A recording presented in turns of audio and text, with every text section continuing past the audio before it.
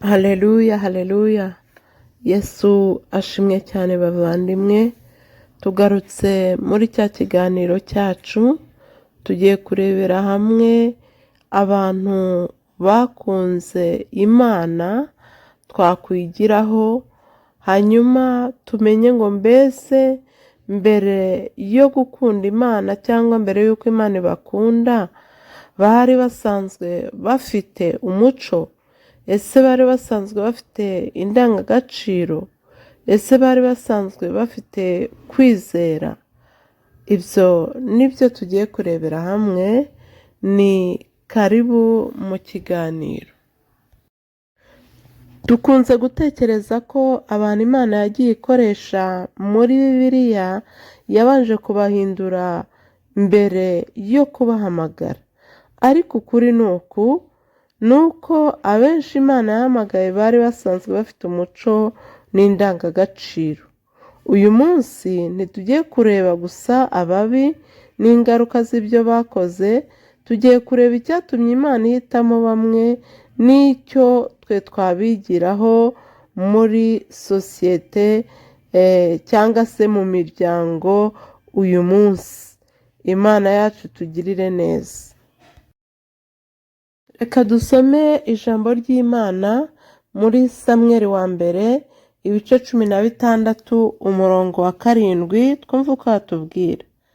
Haratubwiye ngo, ariko Uwiteka abwira Samweli ati, nturebe mu maso he cyangwa ikirere cye ko ari kirekire namugaye, kuko Uwiteka atareba nk'uko abantu bareba.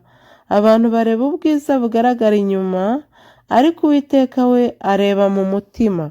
Ni ukuvuga ngo uriya musore Samweli yarebye inyuma aramushima, hanyuma Imana irebye imbere iramugaye. Igaya imico ye, igaya indangagaciro ziri muri we. Imana itugirire neza. Ni ukuvuga ngo mwihamagarwa cyangwa se mwitoranywa, Imana ireba imbere mu mutima. Igice cya kabiri, abantu bakunze Imana mbere yo guhamagarwa. Urugero, iyo tugiye kureba Aburahamu, uburyo Uwiteka yamutoranyije, yari umunyakuri wubaha Imana n'igihe atarayizi cyangwa se ngo amenye byose kuri yo. Yaravugaga ati, birashoboka ko hari umuntu ugenga ibi bintu, hari umuntu ugenga ibiriho byanga bikunda, ngo kuko se yacuruzaga ibigirwamana. Ariko Aburahamu yabireba akabona ni ibintu babaza mu giti, hanyuma bakabyanika, bakabyanura, bakabisiga, ntibishobora kugira icyo bimara. Akavuga ati, ibi bintu ntabwo ari byo byaturemye, ntabwo ari byo bitumye tubaho, ntabwo ari byo bitumye isi ibaho. Imana ibona ko uyu muntu afite izi n'indangagaciro, we yitandukanya n'ibigirwamana bya se. Dusome mu gitabo cy'Itangiriro ibice 16 umurongo wa 19, haranditse ngo, kuko icyatumye mumenya ari ukugira ngo ategeke abana be n'abo mu rugo rwe bazakurikiraho gukomeza mu nzira y'Uwiteka, bakora ibyo gukiranuka, baca imanza zitabera, kugira ngo Uwiteka azanire Aburahamu ibyo yamuvuzeho. Bivuge ngo hari ibyo Imana yari yaramuvuzeho, ariko ntabwo yari kubigeraho akiri muri Uri y'Abakarudaya, akiri kwa se wacuruzaga ibigirwamana, akiri mu miryango yabo, mu mico yabo. Ntabwo byari gukunda, kuko bari gukomeza kumwanduza, nawe agakorera muri kamere, ntabashe kwizera nk'uko bikwiriye. Niyo mpamvu Imana yamukuye muri kiriya gihugu imujyana ahandi kugira ngo azabe umunyamugisha ubyara ishyanga rye. Indangagaciro ze zari ukumvira, kwizera no kubaha Imana.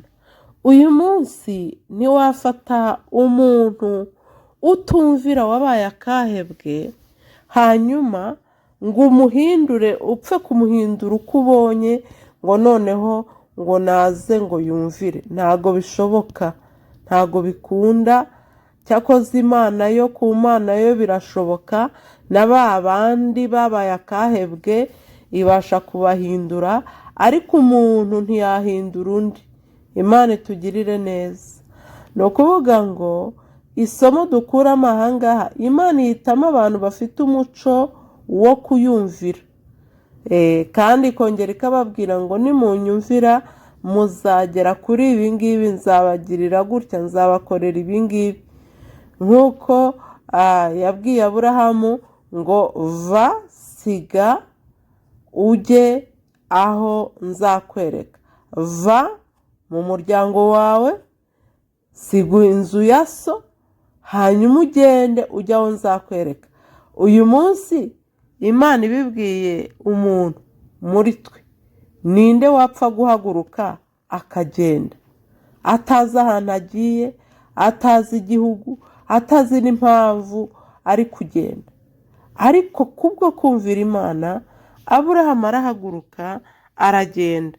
Gusa agiye kugenda na bene wabo baramukurikiye, kandi ari bo Imana yari yamubwiye ngo nabasige.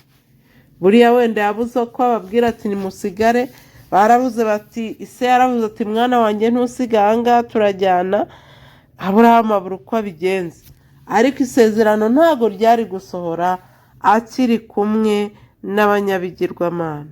Reka tujye ku rugero rwa kabiri. Dufite Yozefu.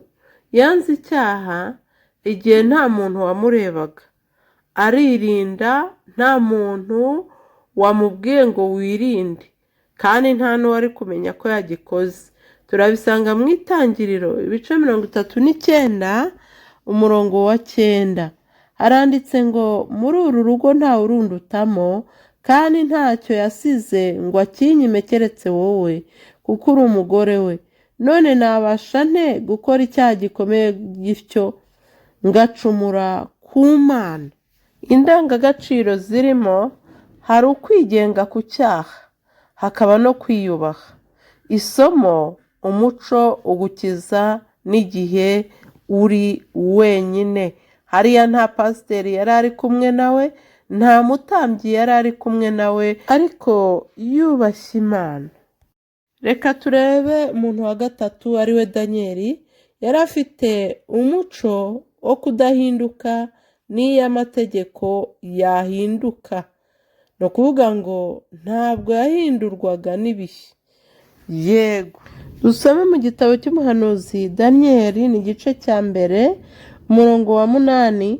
Haranditse ngo maze Daniyeli agambirira mu mutima yo kutaziyandurisha ibyo kurya by'umwami cyangwa vino yanywaga, aricyo cyatumye yinginga uwo mutware w'inkone kugira ngo atiyanduza. Imana yacu tugirire neza. Indangagaciro irimo ni uguhagarara ku kuri. Isomo ririmo kwizera si amagambo, ahubwo ni ugufata imyanzuro yo gukora ibyo wizeye. Igice cya gatatu turareba abantu babaye babi. Uwa mbere ni umwami Sawuli. Turasoma muri Samweli wa mbere ibice 15 umurongo wa 22. Haranditse ngo Samweli aramubaza ati, mbese Uwiteka yishimira ibitambo byoswa n'ibindi bitambo kuruta uko yakwishimira uyumvira? Erega kumvira kuruta ibitambo, kandi kwitonda kukaruta ibinure by'amasekurume y'intama. Ikibazo cyabayemo hano ni ukwishyira hejuru no gukora ibyo adashinzwe yishakira icyubahiro. Ingaruka zabayemo, yatakaje ubwami n'umutima. Umuntu wa kabiri wabaye mubi ni Yuda Isikariyoti. Uyu Yuda yari hafi ya Yesu, babana umunsi ku munsi, ariko umutima wari kure ye. Ntago wari wegereye Yesu, ntiwari umwizeye. Twasoma mu butumwa bwiza uko bwanditswe na Matayo ibice 26 umurongo wa 14 kugera kuri 16 haranditse ngo hanyuma umwe muri abo 12 witwaga Yuda Isikariyoti asanga abatambyi bakuru arababaza ati mwampa iki nkamubagenzereza? Bamugerera ibiceri by'ifeza 30 ahera ko ashaka uburyo yamubagenzereza. Imana yacu itugirire neza. Aha ikibazo gihari ni ugukunda amafaranga kuruta umuntu, kuruta uwagukunze. Ni nabyo biri muri iyi minsi mu urubyiruko rukurikira amafaranga kuruta gukurikira ubuzima bwabo no kububungabunga. Imana itugirire neza. Ingaruka zabayeho, habaye kwicuza bidafite kwizera ndetse bimugeza no mu rupfu. Igice cya 5, umuryango w'uyu munsi. Isi y'ubu ntishaka gukurikiza indangagaciro z'Imana. Icyaha kiba uburenganzira bw'umuntu, ukuri kukitwa urwango. Iyo turebye muri Yesaya ibice 5 umurongo wa 20, reka dusome uko havuga. Aravuga ngo bazabona ishyano abita ikibi icyiza, n'icyiza bakacyita ikibi. Umwijima bawushyira mu cyimbo cy'umucyo, n'umucyo bakawushyira mu cyimbo cy'umwijima. Ibisharira babishyira mu cyimbo cy'ibiryohereye, n'ibiryohereye bakabishyira mu cyimbo cy'ibisharira. Imana yacu itugirire neza cyane. Ibi bituma imiryango isenyuka, urubyiruko rukayoba, ukwizera kukagabanuka. Igice cya 5, inyigisho twakuramo hano ni izihe? Imana iraduhamagarira kuva mu mico itayubaha tukajya mu mico yo kuyubaha no kuyizera. Urwandiko rw'Abaroma ibice 12 umurongo wa 2 haranditse ngo kandi ntimwishushanye n'ab'iki gihe, ahubwo muhinduke rwose mugize imitima mishya kugira ngo mumenye neza iby'Imana ishaka, ari byo byiza bishimwa kandi bitunganye rwose. Guhinduka rero si uguhinduka inyuma mu myambarire uko umuntu agaragara, ahubwo ni uguhinduka mu mico yo mu mutima. Uko tubibonye rero dusanze abantu Imana ikoresha buri gihe ni abantu bafite umuco, bafite indangagaciro, bafite n'imitima yizera. Icyazanye Yesu rero ni ukutwigisha kubaho mu kuri no kudusubiza ku muco wo kubaha Imana. Turabisoma mu butumwa bwiza uko bwanditswe na Matayo igice cya 1 umurongo wa 21. Haranditse ngo azabyara umuhungu uzamwite Yesu, kuko ari we uzakiza abantu be ibyaha byabo. Nagira ngo rero mbwire abantu bari gushidikanya, mbwire urubyiruko, mbwire abakristo bacitse intege na sosiyete muri rusange ko dukwiriye gukora ibishimwa n'Imana, tukaba mu isi ntacyo twikeka nta n'icyo twirega, kugira ngo igihe kimwe tuzayivemo tujye kubana n'uwaduhanze. Murakoze cyane. Imana yo mu ijuru ibampere umugisha.